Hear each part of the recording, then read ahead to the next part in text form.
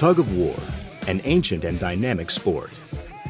The international name for the rope-pulling sport is tug of war, originating from the old German words Tug of War, meaning a contest in tugging, where tugging is a synonym for pulling.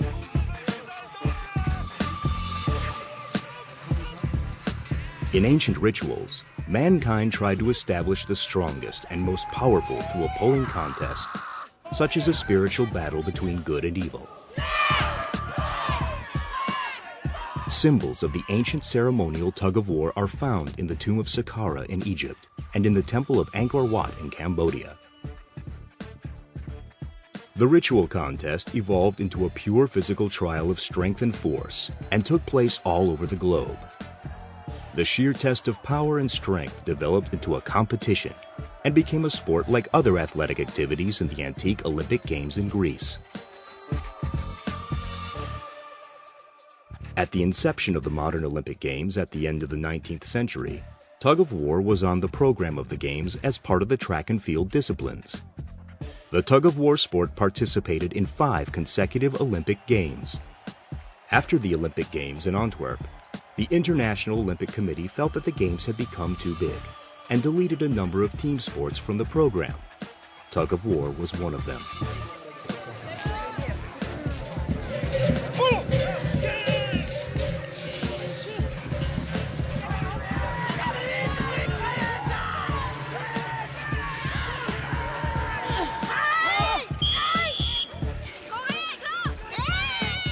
Nevertheless, tug of war continued as a competitive sport in all parts of the world. In several countries, national tug of war associations were established to organize the tug of war competitions on a national basis. In 1960, Mr. George Hutton, president of the British Tug of War Association, took the initiative to contact the Swedish Association, and they agreed to establish the Tug of War International Federation, TWIF.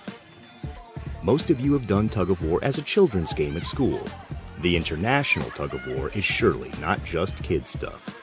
It's one of the most powerful competitive team sports with a clear set of rules to ensure fair play in the competitions. Originally featuring as a track and field discipline, the tug of war sport is nowadays done as an outdoor as well as an indoor sport.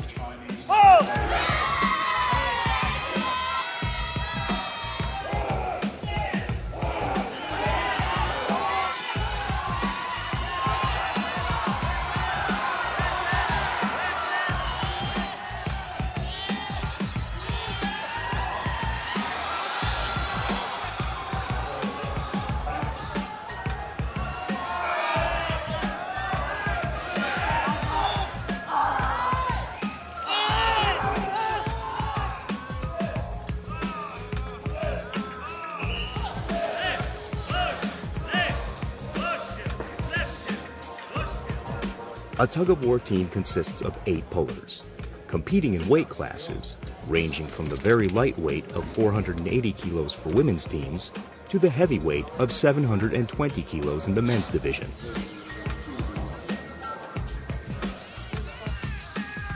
The rules are straightforward.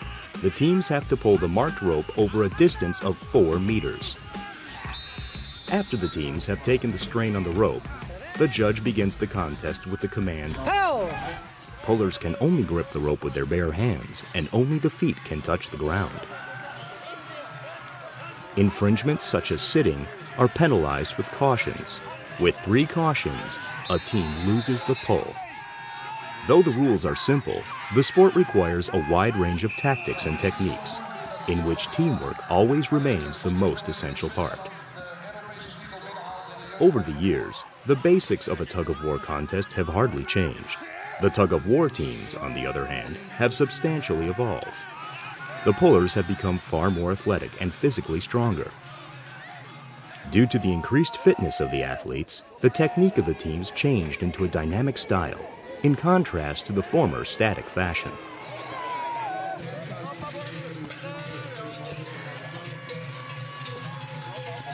Tug of war doesn't need a large investment in sports equipment, but the footwear is essential for the sport. The shoes used outdoors are based on boots as used in skating and rollerblade sports, Shoes for indoor tug of war are just sports shoes with rubber soles. The game is done in a points competition, followed by quarterfinals, semifinals, and the final. Keeping track of the results in the competition, scores are nowadays recorded via a computer program. To give the spectators and media a clear insight in the progress of the points competition, TWIF uses large video screens. Even though a lot of technology has found its way into the tug-of-war sport, to win a match still means a lot of hard work with power and strain. After the furious but fair competition, there is the great feeling of joy and victory.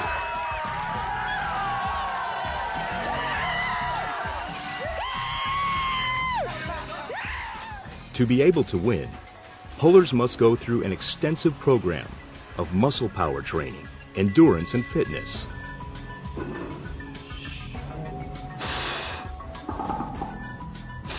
Tug of war is not an individual sport, so physical strength alone does not determine success. It is the team effort of 8 strong pullers that brings in the victory. Because tug of war is first and foremost a team sport, much time is directed to training the pullers into a single effort that operates as a perfect unit.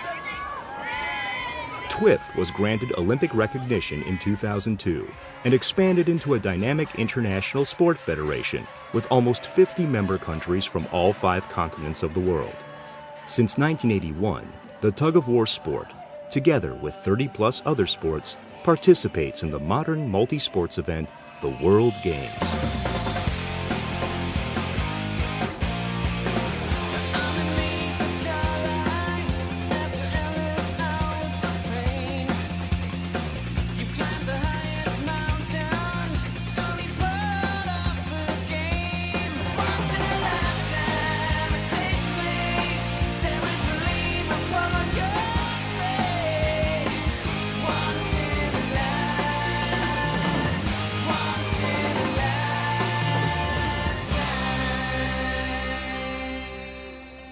At the opening of the World Games in 2001, the huge ceremonial rope pulled into the stadium of Akita was a reminder of the cultural history of tug-of-war in Japan and the special place of the tug-of-war sport in the World Games as one of the founding members. In 2005, Mr. Jacques Rocha, president of the International Olympic Committee, attended the World Games in Duisburg, Germany, and emphasized the patronage of the International Olympic Committee to the World Games when the Olympic flag was hoisted side by side with the World Games flag. The World Games is staged every 4 years. In team sports, only the top 6 teams can participate in the event. Teams at the TWIF World Championships fight for the top 6 positions in the ranking, which qualifies them for a ticket to the next World Games. Tug of war is a demanding sport. Great physical and mental efforts are required to make it to the top. The rewards, however, are very satisfying indeed.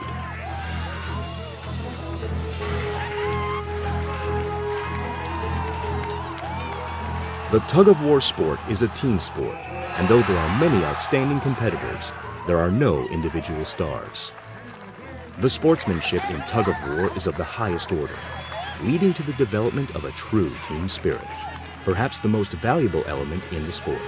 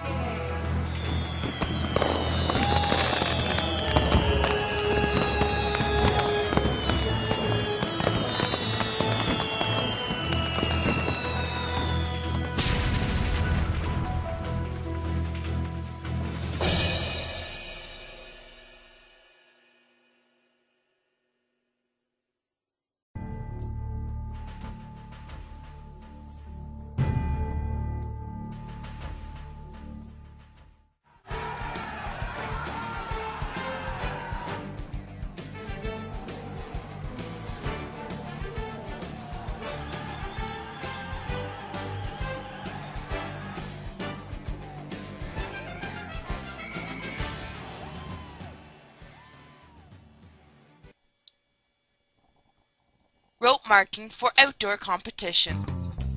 one marking at the center of the rope. A center line must be marked on the ground.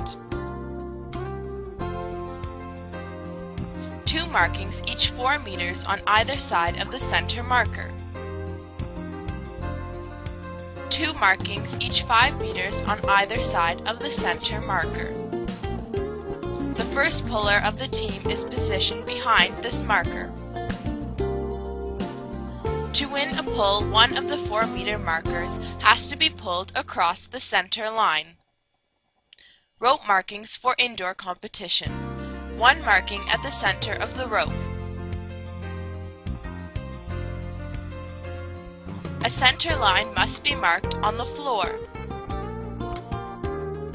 2 markings each 2 meters on either side of the center marker and the center line. The first puller's position is 1 meter behind the side marker. To win a pull, one of the side markers on the rope has to be pulled across the opposite side marker on the floor.